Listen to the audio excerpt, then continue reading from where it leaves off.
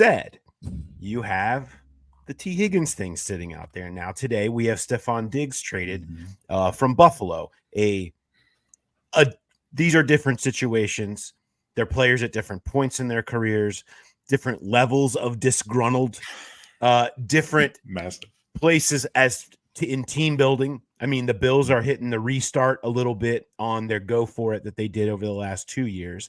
And the Bengals are kind of doing one last go for it a little bit before they might have to hit a little bit of a restructure reset when money starts changing in the next couple of years. So the Bengals are kind of a little bit behind that, but you still see Stephon Diggs go to Houston, and good for Houston, right? Like you get it. They have all the glory, all the embarrassment of riches that come with the franchise star rookie contract quarterback, right? That's what you can do. You can do things like this. They can take on the money. And the Bills move on, and they'll get young at receiver, and that's part of their move. But you're talking about a 2025 2, so next year's 2, and then you have a pick swap involved in this. Really, some teams value the next year the same as this year, not money. And I think you can push that kind of down around in value. So let's call it a third, maybe a late 2, early third. If we're talking about this year's draft, and you compare that with some of the other trades that we've seen, if we're trying to, how does this affect the Bengals? How does this affect T Higgins? Right? Brian Burns was a franchise tag trade made by the Panthers, who got 39 and a 2025 5th.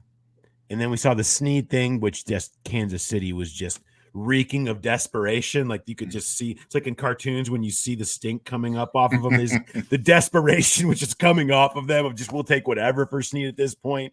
So it was a 2025 third and a pick swap late. So desperation kind of return. Somewhere in the middle there, there's nothing here suggesting they're getting a first round pick for T Higgins, is my point.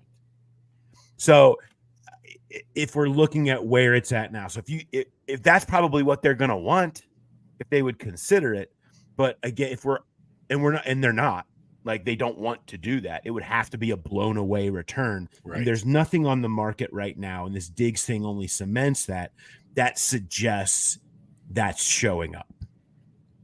Right. And what you said was important too, where the level of discontent. I mean, the Bengals love everything about T Higgins and they want him here. I think the Bills had gotten to the point where there wasn't much they loved about Stephon Diggs other than what he can actually do on the field, but they just got sick of him, and maybe they were willing to take a little less. I mean, I don't know if there's a team out there that's going to give the Bengals a great offer for T Higgins. We talked about that. This draft class is too good at receiver.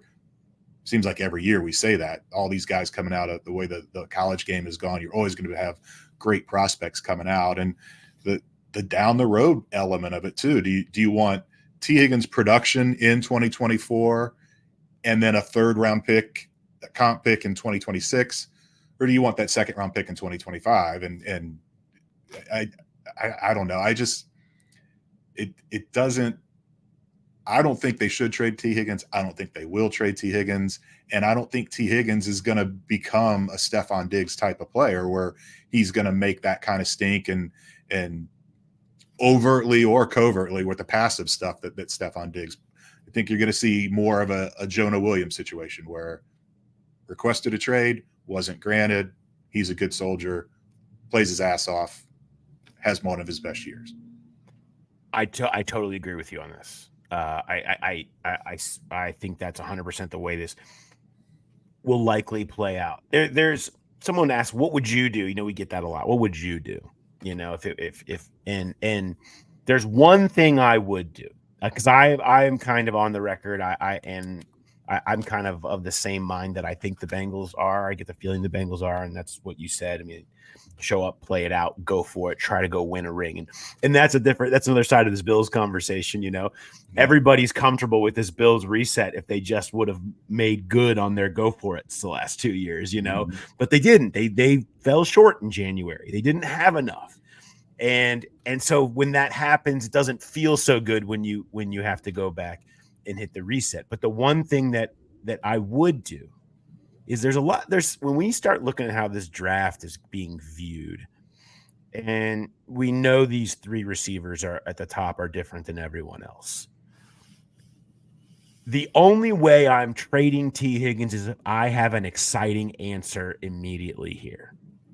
And so it would have to involve packaging T as ability to move up, because one of those three receivers, is attainable now.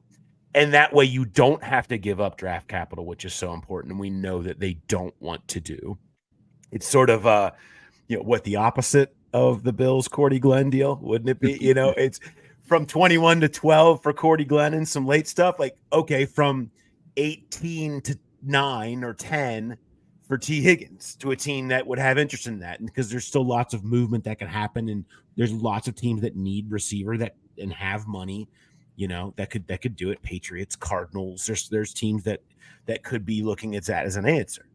That's the only thing I would do, and I think that they should be entertaining is, okay, if you can trade T Higgins today and you end up with one of Malik Neighbors, Rome Odunze, or Marvin Harrison Jr., is that likely? No, but if they fall down to where they're in that late top 10 and T and whatever, that's something that's a little more bearable is enough to get you there. That's when I think you would do it and have, because now you have the answer here. You have a real dude right here as your answer for not having T Higgins, and you have that sustainability of the next 5 years of that guy under control, and you can move forward. Outside of that, I don't see any way that anything sounds good to the Bengals involving trading T. Yeah, and the reason the Bengals would do that is the reason other teams wouldn't do that, because if they want a receiver so bad they're willing to get T Higgins for $21.7 million, wouldn't they rather just take one of these top three at for 4 years at a fraction of that? So I just don't see it pairing up where the outside interest and the Bengals interest coming together at any point in this situation. In this exactly scenario. low percentage chance on that happen. And so I think that's the layout of the T thing, because we have to talk about that. I mean, it's going to be it's going to hover over draft weekend, and there's other ways that it could possibly play out in their favor. Maybe there's another receiver that they love, right? And then maybe somebody else doesn't. Lad McConkey, who would be a perfect Bengals fit, inside, outside versatility. Super savvy, great hands, got yak. Like you love everything about how he could be with Burrow. Let's say that's it. And boom, 33 sitting there. You got all day Friday. And you're like, do you do it? You can just make a T for 33 now, and you draft McConkey and you go forward in the same vein. Is that worth it? There's other ways I think that maybe you could see something like that happening. But again, I think it feels a little unlikely.